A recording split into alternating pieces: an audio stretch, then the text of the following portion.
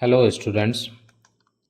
चलो आज हम लोग क्लास 12 बायोलॉजी का चैप्टर 7 जो रीड कर रहे थे उसका पार्ट 2 स्टार्ट करने वाले हैं, ह्यूमन हेल्थ एंड डिजीज़ का। हम लोग एनसीईआरटी को लाइन बाय लाइन कवर करने वाले हैं। आई होप आपने पार्ट 1 देख लिया होगा। पार्ट 1 देख लिया है तो आगे हम लोग पार्ट 2 पे चलते हैं। जो हमारा स्टार्टिंग है यहाँ कॉमन डिजीजेस इन ह्यूमंस के बारे में, यानी ह्यूमंस में कौन कौन से डिजीज होते हैं जो कॉमनली पाए जाते हैं, सारे ह्यूमंस में पाए जाते हैं। ठीक है, देखो करा a wide range of organism belonging to bacteria, viruses, fungi, protozoans, helminths etc could cause disease in man. करा है एक बहुत बड़ा रेंज है ऑर्गेनिज्म का, मतलब बहुत सारे ऑर्गेनिज्म हैं उसमें से, चाहे वो बैक्टीरिया हो, वायरस हो, फंगी हो, प्रोटोजोअन्स हो, ठीक है, हेलमिन्स हो, ये सारे ही मतलब इनमें से कुछ कुछ होते हैं जो डिजीज काउज करते हैं। इनमें से कोई भी हो सकता, ठीक है, डिजीज इंसान में काउज करते हैं। कह सच disease causing organism are called pathogens. तो कह रहा ये हम लोगों ने कल भी देखा था कि जो डिजीज को कैरी करता है, डिजीज को काउज करता है, डिजीज काउजिंग ऑर्गेनिजम्स को ही हम क्या बोलते हैं, पैथोजेंस बोलते हैं। आई होप आपको ये चीज़ क्लियर होगा। तो हम मतलब जो भी ऑर्गेनिज्म डिजीज को काउज करता है उसको हम पैथोजेंस बोल सकते हैं। चलो आगे देखते हैं। कह रहा है most parasites are there for pathogens. कह रहा है अधिकांश पारासाइट्स जो होता है, पारासाइट्स आपको पता होगा, पारासाइट्स वैसे एनिमल होते हैं जो दूसरे मतलब वैसे ऑर्गेनिज्म जो दूसरे ऑर्गेनिज्म पर डिपेंड होते हैं अपने फूड न्यूट्रिशन के लिए, न्यूट्रिशन के लिए, खाने के लिए। तो कह रहा है जो मैक्सिमम पैरासाइट्स होते हैं वो क्या होते हैं, पैथोजेंस होते हैं, यानी कि वो डिजीज काउज करते हैं। As they cause harm to the host, क्योंकि ये क्या करते हैं, हार्म करते हैं, मतलब नुकसान पहुंचाते हैं होस्ट को। होस्ट यानी जिसके भी बॉडी में गए पैरासाइट्स। अभी क्या बताएं कि पैरासाइट्स जो होता है दूसरे ऑर्गेनिज्म के बॉडी पे जाके अपना न्यूट्रिशन डिराइव करता है। जैसे कि हम एक छोटा सा एग्जांपल ले सकते हैं, हमारे सिर में जू आती है जो ढील भी बोलते हैं, वो जो होता है क्या करता है, हमारे शरीर पे आके रहता है और फिर उससे क्या करता है, हमारे शरीर से न्यूट्रिशन लेता है, तो उसको हम पैरासाइट बोल सकते हैं। ठीक है। तो कह रहा है ये जो है होस्ट को हार्म पहुंचाता है, इसलिए अधिकांश पैरासाइट को पैथोजेंस बोला जाता है। ठीक है, अधिकांश पैरासाइट्स को पैथोजेंस हम लोग बोलेंगे।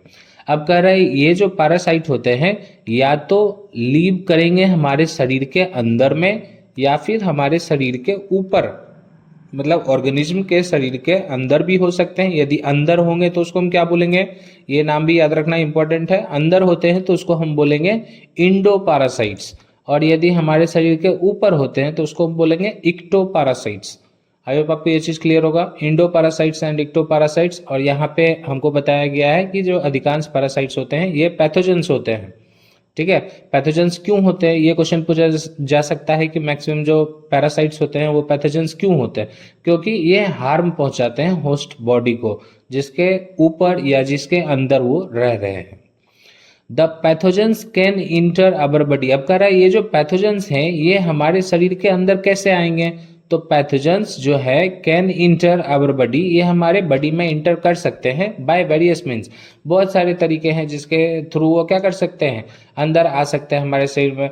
जैसे मान लो कोई पर्सन है, इन्फेक्टेड पर्सन है, वो स्नीज कर रहा है, छींक रहा है, तो उससे भी हमें क्या हो सकता है, ड्रॉपलेट इन्फेक्शन हो सकता है। यानी उसका जो ड्रॉपलेट एयर में मिल रहा है उसको यदि हम इनहेल करते हैं तो उससे हम बीमार हो सकते हैं।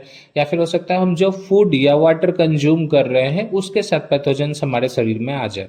ठीक है, तो पैथोजेंस के आने का बहुत सारे तरीके हैं। कह रहा है पैथोजेंस हमारे शरीर में इंटर करते हैं, उसके बाद क्या करते हैं, वो मल्टीप्लाई करते हैं, अपना नंबर बढ़ाते हैं, and interfere with normal vital activities. और इंटरफेयर करते हैं, इंटरफेयर एक तरीके से मतलब बोल सकते हैं कि डिस्टर्ब करते हैं, उनको परेशान करते हैं। हमारे किसको परेशान करते हैं, जो हमारे नॉर्मल वाइटल एक्टिविटीज है। वाइटल मीन्स होता है जो इम्पोर्टेंट एक्टिविटीज हैं हमारे शरीर का, मतलब जो कि हमें हेल्प करता है जिंदा रहने के लिए। जैसे कि मान लो हमारा रेस्पिरेशन जो हुआ, हम लोग सांस लेते जो है वो भी क्या है, एक वाइटल एक्टिविटी है हमारे बॉडी का। या फिर जो डाइजेशन होता है हमारे शरीर में, ये भी क्या है, वाइटल एक्टिविटी है। तो कह रहा है रिजल्टिंग इन, अब इससे क्या होता है, मतलब ये अभी वापस से हम रिपीट कर रहे हैं। देखो पैथोजेंस जो है हमारे शरीर के अंदर आया बहुत सारे तरीके से, अंदर आके क्या किया, मल्टीप्लाई किया और फिर इंटरफेयर किया हमारे वाइटल एक्टिविटीज के साथ, मतलब छेड़छाड़ किया हमारे वाइटल एक्टिविटीज के साथ, जिस वजह से क्या हुआ कि मॉर्फोलॉजिकल एंड फंक्शनल डैमेज हो गया। मतलब हो सकता है कि वो मॉर्फोलॉजिकल यानी कि एक्सटर्नल डैमेज हो गया, कुछ विजिबल हमको दिख रहा है कि हमारा ये बॉडी का पार्ट डैमेज हो रहा है, कोई लाल हो गया, फूल गया, तो हमको वहां से पता चलता है। या फिर फंक्शनल डैमेज, कोई फंक्शन में गड़बड़ी आ गई, ठीक है, हम मतलब हमारे शरीर का डाइजेशन नहीं हो पा रहा, कोई प्रॉब्लम आ गया, हमारे बॉडी के फंक्शन में कोई प्रॉब्लम आ रही है, तो फिर मतलब पैथोजेंस जो होता है यही करता है, जिसका ये रिजल्ट होता है कि मॉर्फोलॉजिकल और फंक्शनल डैमेज हो जाता है। आई होप आपको यहाँ तक क्लियर होगा। अब आगे बोल रहा है pathogens have to adapt to life, कर रहा है पैथोजेंस को अपने आप को अनुकूल बनाना होता है जीवन के लिए with in the environment of the host. कह रहा है अब यदि पैथोजेंस हमारे बॉडी में आ रहे हैं तो पैथोजेंस को क्या होना चाहिए, रेडी होना चाहिए हमारे बॉडी में, वो जिंदा रह पाए, इसके लिए पैथोजेंस को क्या, तैयार होना चाहिए। ठीक है, कैसे तैयार होना चाहिए ये हम आगे देखेंगे। चलो देखते हैं। जैसे कह रहे देखो, for example the pathogens that enter the gut, कर रहा है वैसा पैथोजेंस जो कि इंटर हुआ है हमारे गट में, यानी बोल सकते हैं एलिमेंट्री कैनाल में, must know a way of surviving in the stomach. अब कह रहे ये पैथोजन तो इंटर हो गया, लेकिन इसको तरीका आना चाहिए कि हमारे स्टमक में ये जाके कैसे जिंदा रहेगा, ठीक है, कैसे सरवाइव करेगा, क्योंकि वहां पे क्या होता है, पीएच जो होता है वहाँ का स्टमक का काफ़ी लो होता है, यानी कि एसिडिक मीडियम होता है, वहाँ पे HCl सेक्रीट करता है हमारे स्टमक में। आई होप आपको ये चीज़ क्लियर होगा, पता होगा। अब कह रहा है पैथोजेंस को क्या करना चाहिए कि मतलब ये पीएच, ये जो एसिड है HCl, इससे वो बच सके, इसके ये पैथोजेंस को पता होना चाहिए कि कैसे बचना है। और फिर क्या, हमारे स्टमक में बहुत सारे डाइजेस्टिव इंजाइम्स भी तो आते हैं, डाइजेस्टिव इंजाइम्स हो सकता है पैथोजेंस, मान लो यदि प्रिपेयर नहीं है, पैथोजेंस को आइडिया नहीं है कि इससे कैसे बचा जाए, तो हमारे डाइजेस्टिव इंजाइम्स उसी पे एक्ट करके पैथोजेंस को ही क्या करेंगे, उसी को डाइजेस्ट कर देंगे, पैथोजेंस डाइजेस्ट हो जाएगा, फिर हमारे पॉटी के साथ बाहर आ जाएगा। ठीक है, आई होप आपको ये चीज़ क्लियर होगा। तो पैथोजेंस को चाहिए कि वो पहले से ही प्रिपेयर हो, अपने होस्ट के बॉडी में जा रहे हैं तो उनको अपना सेफ्टी का ध्यान देना चाहिए कि वो कैसे जिंदा रह सकते हैं। ठीक है, अब कह रहा है a few representative members from different groups of pathogen. अच्छा, यहाँ पे देखो कुछ पॉइंट यहाँ पे और बताना चाहूँगा मैं, जैसे कि पैथोजेंस जो हमारे बॉडी में इंटर होते हैं उनको किन किन चीज़ों से प्रोटेक्ट करना होता है, तो इसमें आप ये करोगे एसिडिक पीएच इन स्टमक से, जो हम लोगों ने देखा कि हमारे स्टमक में क्या होता है, एसिडिक मीडियम होता है, जिससे कि उसको खुद को प्रोटेक्ट करना आना चाहिए। और फिर वहाँ पे म्यूकस भी होता है। आप ये भी तो सोच सकते हो कि जब ये एसिड इतना ही खतरनाक है तो हमारे पेट को क्यों नहीं वो जला देता है। ठीक है, तो पेट को नहीं जला पाता क्योंकि इसके बीच में एक म्यूकस का मोटा सा लेयर होता है, यानी पेट के डायरेक्ट कांटेक्ट में एसिड नहीं आता, हमारे स्किन के डायरेक्ट कांटेक्ट में एसिड नहीं आता, जिस वजह से हमारा स्टमक नहीं चलता। ठीक है, और फिर डाइजेस्टिव एंजाइम्स, ये तीनों चीज याद रखेंगे।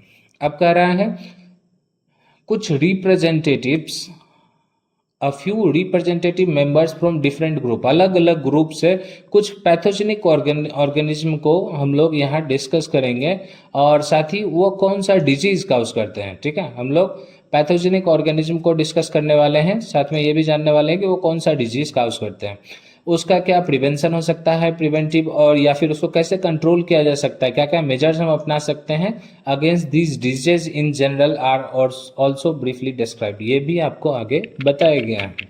ठीक है, चलिए स्टार्ट करते हैं हम। इसमें सबसे पहला जो आया वो है आपका सल्मोनेला टाइफी। कह रहा है सल्मोनेला टाइफी जो है ये एक पैथोजेनिक बैक्टीरियम है, यानी ये बैक्टीरियल डिजीज है। ठीक है, बैक्टीरियल डिजीज, पैथोजेनिक बैक्टीरियम है, बैक्टीरिया है जो कि क्या करता है, डिजीज काउज करता है। कौन, सल्मोनेला टाइफी। अब ये कौन सा डिजीज काउज करता है, ये करता है टाइफॉइड काउज। आई होप आपको ये तो पहले से ही पता होगा कि ये टाइफॉइड काउज करता है। ठीक है, typhoid fever in human beings, यानी इंसान में ये टाइफॉइड बीमारी काउज करता है। आई होप आपको ये चीज़ क्लियर होगा। कह रहा है these pathogens enter the small intestine, ये पैथोजेंस जो होते हैं ये हमारे स्मॉल इंटेस्टाइन में इंटर करते हैं थ्रू फूड एंड वाटर। कैसे इंटर करते हैं? हमारे खाना या फिर पानी के साथ इंटर करते हैं जो कंटामिनेट हो गया है, मतलब जिसमें कि पैथोजेंस प्रेजेंट है, वैसा खाना या पानी यदि हम कंज्यूम करते हैं तो फिर वो पैथोजन यानी कि सल्मोनेला टाइफी हमारे बॉडी में आ गया, और बॉडी में आने से क्या होगा, हमें टाइफॉइड फीवर हो जाएगा। आई होप आपको यहाँ तक क्लियर है। And migrate to other organs through blood, अब मान लो एक बार हमारे शरीर में आ गया ये खाने के माध्यम से, खाना या पानी के साथ, अब ये क्या करेगा, माइग्रेट करेगा, हमारे बॉडी में आने के बाद ये माइग्रेट करेगा to other organs through blood, कर दूसरे ऑर्गन तक ये जाएगा ब्लड के सहारे, मतलब ब्लड में जाके मिल जाएगा और ब्लड के साथ हमारे सारे ऑर्गन्स तक पहुंच जाएगा जहां भी इसको जाना होगा। ठीक है, आई होप आपको ये चीज क्लियर होगा। यानी कि इसमें बात करें तो मोड ऑफ ट्रांसमिशन जो रहा हमारा through contaminated food and water, जो फूड या वाटर कंटामिनेट हो गया है उसको हम कंज्यूम करते हैं तो हमें टाइफॉइड हो सकता है। और जो इसका हैबिटेट होगा वो क्या होगा, मतलब ये कहाँ रहते हैं, तो ये स्मॉल इंटेस्टाइन में रहते हैं। और तो एक चीज़ इम्पोर्टेंट है, ये स्मॉल इंटेस्टाइन में जब रहते हैं और इनको ब्लड में जाना होता है तो ये क्या करते हैं, स्मॉल इंटेस्टाइन में छेद कर देता है, इसको परफोरिफिकेशन बोला जाता है, आगे शायद दिया हुआ है। ठीक है, यानी स्मॉल इंटेस्टाइन में होल करके वो ब्लड स्ट्रीम में जाके मिल जाते हैं। ठीक है, और ब्लड स्ट्रीम में जाके मिल जाते हैं। अभी आप देखो यदि स्मॉल इंटेस्टाइन में होल हो गया है और ब्लड स्ट्रीम में कोई चीज़ पास होने लगी है तो हमारे जितना भी वाटर है जो हमारे फूड के साथ मिक्सअप है, जो कि यदि हम उसको इजेशन करते हैं यानी हमारे शरीर से बाहर निकालते हैं तो उसके लिए भी हमको वाटर की रिक्वायरमेंट होती है। अब यहाँ क्या हुआ, स्मॉल इंटेस्टाइन में होल की वजह से सारा का सारा वाटर क्या हो गया, वो भी चला गया, ब्लड के साथ मिक्स हो गया, जिस वजह से क्या होगा, हमारा जो वेस्ट है हमारे शरीर में प्रोड्यूस है उसको वाटर नहीं मिलेगी, और वाटर नहीं होने की वजह से हम पॉटी नहीं कर पाएंगे, यानी कि कॉन्स्टिपेशन की अवस्था आएगी। ठीक है, आई होप आपको ये चीज क्लियर होगा, कॉन्स्टिपेशन, कब्ज की अवस्था। अब इसमें इसका सिम्टम्स हम लोग देखेंगे, जो कॉमन सिम्टम्स होते हैं सारे लोगों में पाई जाती है उसको देखेंगे। सबसे पहला जो है इसमें है सस्टेन्ड हाई फीवर, मतलब हाई फीवर होगा और वो सस्टेन्ड रहेगा, मतलब वो जाएगा नहीं, वो लगातार आता रहेगा। ऐसा सुना होगा आप लोगों ने कभी कि बुखार उतर ही नहीं रहा, बार बार बुखार आ जा रहा है, तो इसी को बोलते हैं सस्टेन्ड हाई फीवर। मतलब हाई फीवर है लेकिन ये सस्टेन्ड है, मतलब उतर ही नहीं रहा है इसको दवाई लेने के बाद भी, यानी कि 39 to 40 डिग्री सेल्सियस तक फीवर हो जाता है, यानी कि फ़ारेनहाइट में बात करें तो 103 से 104 तक पहुंच जाता है। कह रहा है इसमें क्या होगी, वीकनेस आएगा, कमजोरी होगी, स्टमक पेन। अभी ये स्टमक से रिलेटेड है तो स्टमक में पेन तो होगा ही, जैसे कॉन्स्टिपेशन हम लोगों ने पढ़ा, कॉन्स्टिपेशन हुआ, वाटर ही हमारे स्टमक से निकल गया सारा, वाटर निकलने की वजह से सिर्फ फूड है और वो सॉलिड फॉर्म में, तो पेन तो करेगा ही। और क्या होगा, हेडेक होगा, लॉस ऑफ एपेटाइट कर रहा है, एपेटाइट का लॉस भी होगा, यानी कि आपको खाना खाने का मन नहीं करेगा, खाना खाने की इच्छा नहीं होगी। ये सब कॉमन सिम्टम्स हैं इन डिजीज के। कौन से डिजीज के, टाइफॉइड के। कह रहा है, हाँ देखो यहाँ पे इंटेस्टिनल परफोरेशन, कह रहा है इंटेस्टाइन में जो होल कर देते हैं, परफोरेशन कर देते हैं, या फिर डेथ भी हो सकता है, मे अकर इन सीवियर केसेज। यदि कोई सीवियर केस है तो उसमें इंटेस्टिनल परफोरेशन भी हो सकता है और उस पर्सन का डेथ भी हो सकता है। आई होप आपको ये चीज क्लियर होगा। चलिए आगे देखते हैं।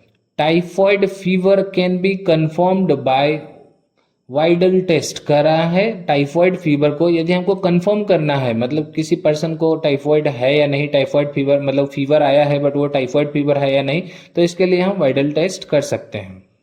ठीक है, ये टेस्ट याद रखिएगा, ये काफी इंपॉर्टेंट है, मैच द फॉलोइंग में ऐसे क्वेश्चंस आ जाते हैं।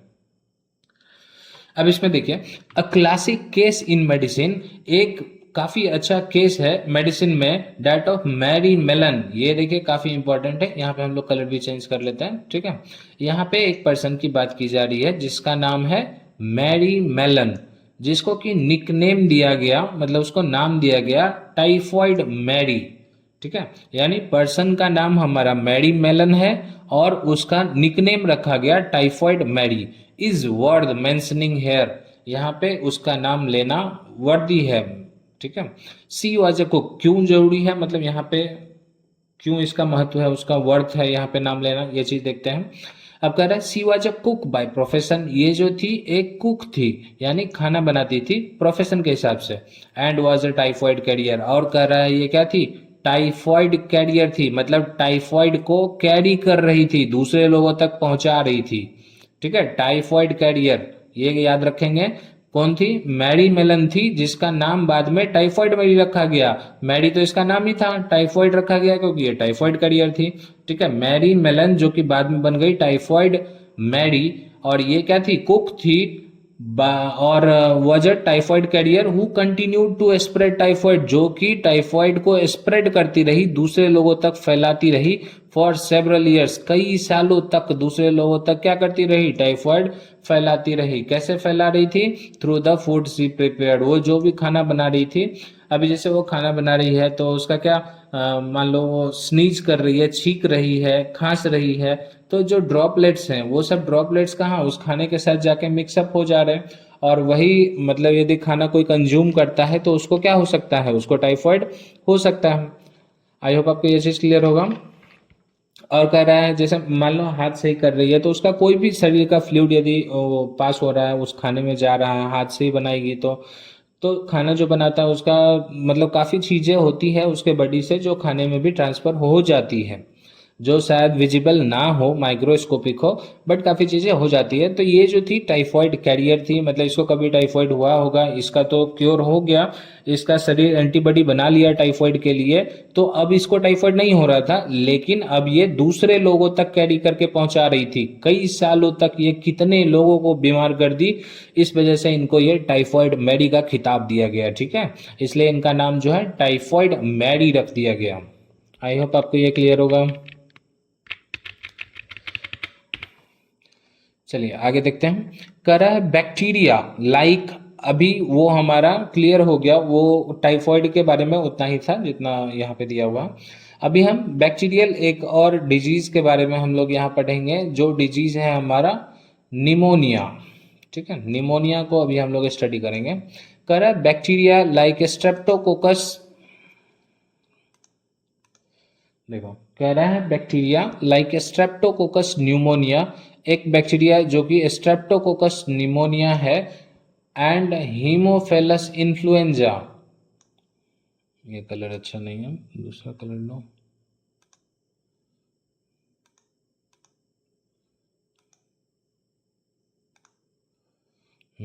देखो स्ट्रेप्टोकोकस निमोनिया और हीमोफिलस इन्फ्लुएंजा, ये दोनों क्या है, बैक्टीरिया हैं, और ये रेस्पॉन्सिबल हैं कौन से डिजीज के लिए, निमोनिया डिजीज के लिए। ह्यूमंस में जो निमोनिया का डिजीज होता है ना, उसके लिए यही रेस्पॉन्सिबल है। विच इन्फेक्ट्स द अल्वियोलाई, कह रहा है निमोनिया में क्या होता है, निमोनिया में पर्सन का अल्वियोलाई पे असर होता है। अल्वियोलाई क्या होता है, एयर फिल्ड सैक्स होता है, आपने रेस्पिरेशन चैप्टर में पढ़ा होगा, वो बलून जैसा स्ट्रक्चर होता है जो हमारे लंग्स के अंदर में प्रेजेंट होता है, जहाँ पे एयर फिल होता है, मतलब हवा आती है तो फूल जाती है, हवा चली जाती है तो पिचक जाती है, इस तरीके से रहता है। ठीक है, तो ये हमारे उसी पोर्शन को यानी लंग्स के अंदर अल्वियोलाई को क्या करता है, इन्फेक्ट करता है। कौन करता है, निमोनिया डिजीज में स्ट्रेप्टोकोकस निमोनिया और हीमोफिलस इन्फ्लुएंजा करता है। ठीक है, यहाँ तक क्लियर है आपको। As the result of the infection कर रहा है, और इसका जो रिजल्ट आता है, मतलब इन लोगों ने वो क्या कर दिया, उस पर इन्फेक्ट कर दिया उसको, लंग्स को, तो इससे क्या होगा, alveoli gets filled with fluid, alveoli में लिक्विड भर जाता है, फ्लूइड भर जाता है, तरल भर जाता है, चाहे वो पानी भर जाए। आपने सुना भी होगा कि काफी लोगों के फेफड़े में पानी भर गया, इस तरीके का कैसे जाता रहता है। ठीक है, alveoli get filled with fluid, alveoli में फ्लूइड भर जाता है, leading to severe problems in respiration.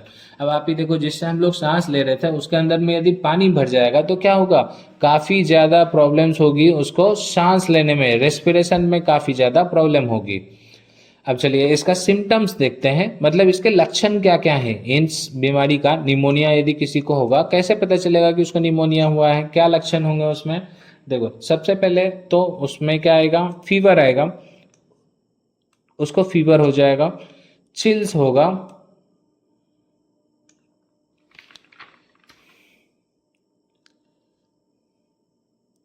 Chills मतलब एक तरीके से ठंड लगना, वो सरसराहट, सरसराहट, हाँ ठंड लगना, यानी उसको फीवर आएगी, शरीर गर्म हो जाएगा और उसको ठंड लगेगी, कफ बन जाएगा, हेडेक होगा, उसको सर दर्द देगा। इन सीवियर केसेस, ये सब क्या थे, कॉमन सिम्टम है। और कह रहा है यदि सीवियर केस हो गया, मतलब बहुत ज़्यादा हो गया, तो उसका जो लिप और फिंगर नेल्स है, यानी उसके जो होठ हैं और उसके जो हाथों की नाखून जो हैं, may turn grey to bluish in colour. कह रहा है वो ग्रे से लेके ब्लूइश तक, ग्रे या ब्लूइश कलर में कन्वर्ट हो सकते हैं। ठीक है, आई होप आपको यहाँ तक क्लियर होगा। अब आगे कर रहा है, ए हेल्दी पर्सन एक्वायर्स, कर रहा है एक हेल्दी पर्सन को कैसे ये बीमारी होती है। ठीक है, यानी मोड ऑफ ट्रांसमिशन कैसे रहता है। Healthy person acquires the infection by inhaling the droplets aerosols released by an infected person. कह रहा है कोई इन्फेक्टेड पर्सन है, ठीक है, कोई इन्फेक्टेड पर्सन है, ठीक है, वो मान लो एयर में क्या किया, स्नीज किया, छींक दिया, तो उसमें क्या हुआ, एयर में ड्रॉपलेट्स या एरोसोल्स भी उसको बोलते हैं, उसमें क्या चला गया, पैथोजेंस चला गया। अब कोई हेल्दी पर्सन यदि उसको इनहेल कर लेता है, ठीक है, उसको सांस में ले लेता है, जैसे कि हम लोग कॉमन कोल्ड के बारे में देखते हैं ना, कॉमन कोल्ड हो जाता है, यदि आपके सामने कोई बैठ के छींक रहा है तो अगले दिन से आपको भी छींक आने लगती है, सर्दी हो जाती है, तो वैसा ही बोल रहा है। ठीक है, और इवन बाय शेयरिंग कर रहा है, एक तो इस तरीके से हो जाएगा कि आप इनहेल कर लो या फिर आप कोई सामान शेयर कर लो, कोई ग्लास शेयर कर लिए हैं, जैसे उसने ग्लास में मुंह लगा के पानी पिया और फिर आपने वही ग्लास लेके पानी पी लिया, कोई बर्तन, उसने चाय पिया उसी बर्तन में फिर आपने भी चाय पी लिया, ठीक है, या उसके साथ बैठ के आपने खाना खा लिया, तो इस तरीके से क्या होगा, थोड़ा ना थोड़ा फ्लूइड का एक्सचेंज हो जाएगा और जिस वजह से हम भी क्या हो जाएंगे, इन्फेक्ट हो जाएंगे। आई होप आपको यहाँ तक क्लियर होगा। कह रहा है इसमें कुछ और जो बैक्टीरियल डिजीज है उसका नाम दिया हुआ है डिजेंट्री, जैसे एक डिजेंट्री है, फिर प्लेग है, डिप्थेरिया है, etc are some of the other bacterial diseases in man. कह रहा है ये सब कुछ बैक्टीरियल डिजीज है जो मैन में पाए जाते हैं, यानी हम लोगों ने यहाँ पे दो बैक्टीरियल डिजीज के बारे में पढ़ा।